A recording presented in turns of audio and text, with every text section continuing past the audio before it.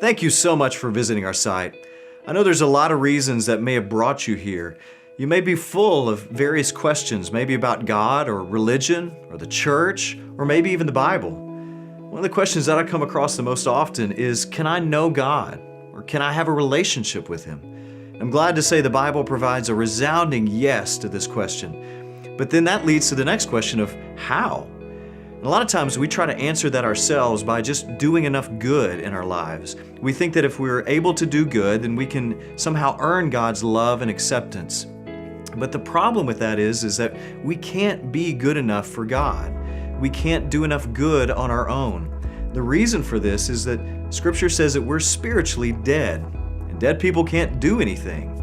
Furthermore, we also realize that we disobey, that we a lot of times fall short of our own standards or the standards of other people. And as a result, we're falling short also of God's standards for our lives. The Bible refers to this as sin. And then as a result, we deserve to be punished for our disobedience and for our sinfulness. But here's the great news. God comes in and does the work that we can't do for us. God sends His Son, Jesus Christ, who is fully God and fully man. Jesus comes into this world, He lives a perfect life, but then He dies for our disobedience and our sinfulness. Jesus takes the punishment that you and I deserve, and then He rises again 3 days later from the grave. And all of this allows us the opportunity to be reconciled back to God.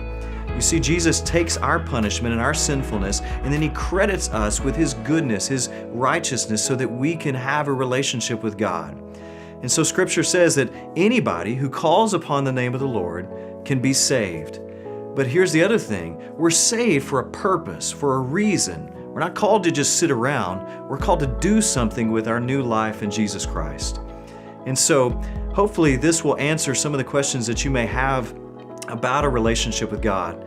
But again, you may have many, many others, or you may want to talk more about what we've just now discussed.